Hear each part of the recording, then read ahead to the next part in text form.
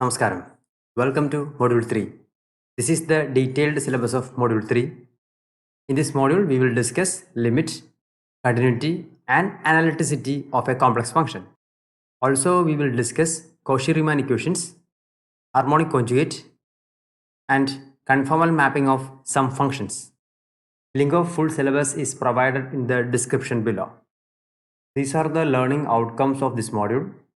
On completion, you should able to understand complex function, determine continuity, differentiability, and analyticity of a function, find harmonic conjugate, and describe conformal mappings between various regions.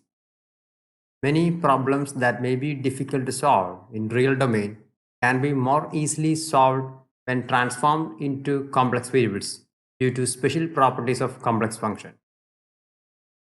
For example, propagation of acoustic waves, shape analysis, computer vision, string theory, computation of difficult integrals may be real or complex that arise in applications.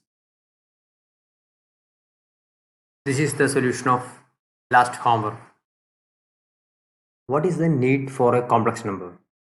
For example, you consider an equation of the form, then what are the roots of this equation? We know that there is no real number satisfying this equation because if x is positive, then its square is positive. If x is negative, again its square is positive. If x equal to 0, its square is 0. So there is no real number satisfying this equation. So this is one of the motivation for thinking numbers outside real numbers. Okay.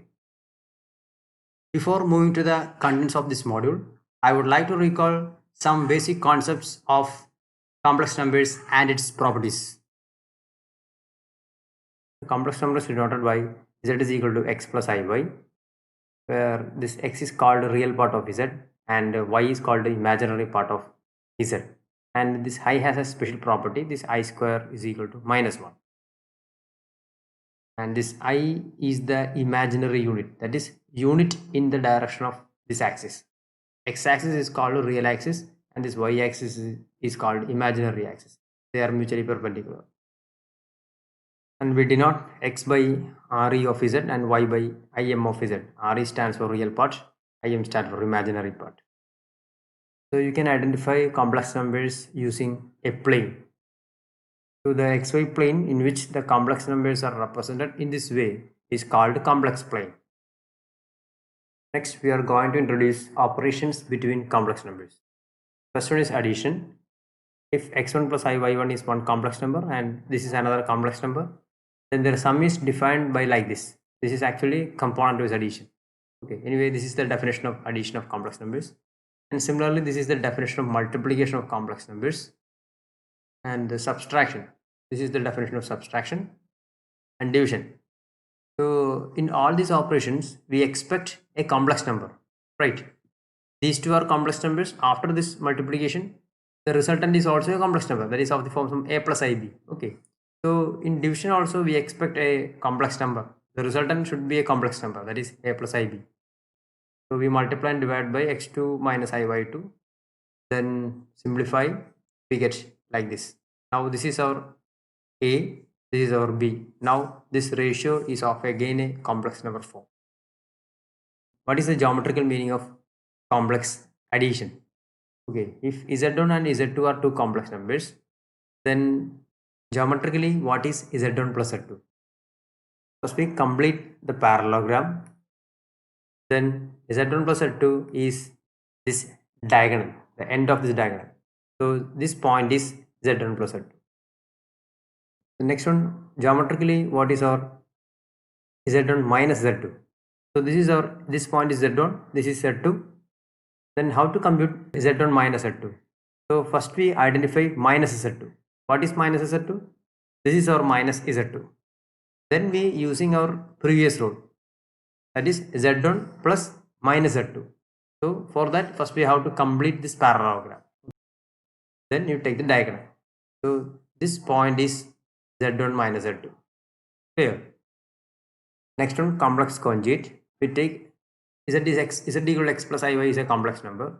Then complex conjugate is defined like this: z bar denoted by z bar is equal to x minus iy This is nothing, it's actually a mirror image with respect to x-axis. Next, we are going to discuss polar form of a complex number.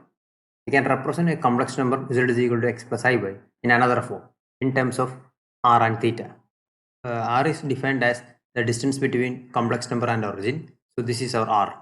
Okay, and theta is the angle between x-axis and this line segment, and theta is measured from x-axis. So this is our positive direction. Anti-clockwise direction is our positive direction of theta. Then we know that this distance is x and this distance is y. Then what is cos theta? Cos theta is equal to adjacent by hypotenuse, that is x by r. So this implies x is equal to r cos theta. And similarly, you consider sin theta, that is y by r. So y is equal to r sin theta. That is the relation between x, y, r and theta. And also by Pythagoras theorem, we know that this is a right triangle.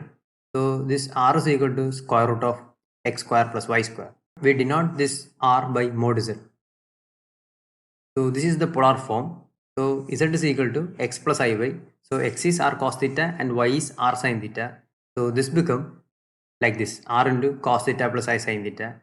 And by Euler's formula, this cos theta plus I sin theta is denoted by e raised to I theta. Okay, so this is the polar representation of a complex number, r e raised to I theta. R is modulus of this complex number and theta is the angle from x-axis. If you divide these two equations, that is y by x. What about y by x? R is common, so sin theta by cos theta, so that is tan theta. So we get another relation, tan theta equal to y by x. Okay, theta satisfies this equation. Theta is called argument of z, denoted by arg z. This is small a. All angles are measured in radians and positive in the counterclockwise direction. This arg z is not unique, because if theta is one of the argument of z, then it is clear that theta plus 2 pi also an argument of the same complex number, and theta plus 4 pi is also an argument of the same complex number. Okay, that's why arg z is not unique. To get unique argument, we will define another quantity, that is principal argument, denoted by arg z, that is capital A. The principal argument is defined as the argument which lies in the interval minus pi to plus pi, including plus pi, excluding minus pi. Then this argument is unique for every complex number. Angles are positive in counterclockwise direction and negative in the clockwise direction. So this angle is pi by 2 and this one is plus pi. If you measure in this direction, then this is minus pi by 2, right? This is minus pi by 2. This is clockwise direction and this is minus pi. So the principal argument for positive numbers are 0. Argument of negative number is pi and argument of 0 is undefined because 0 has no fixed direction.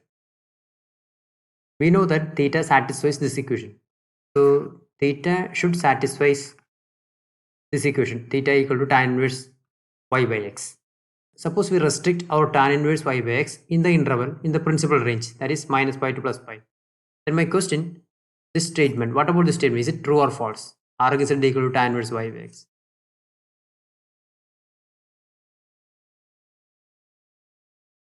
Left side is principal argument of a complex number. We know that it is unique. So LHS is unique. What about right hand side? This is tan inverse y by x. Y by x is a fixed number. And what about tan inverse in this interval? Yeah, we know that the period of tan is pi and length of this interval is 2 pi. So this function tan inverse has two solutions in this interval.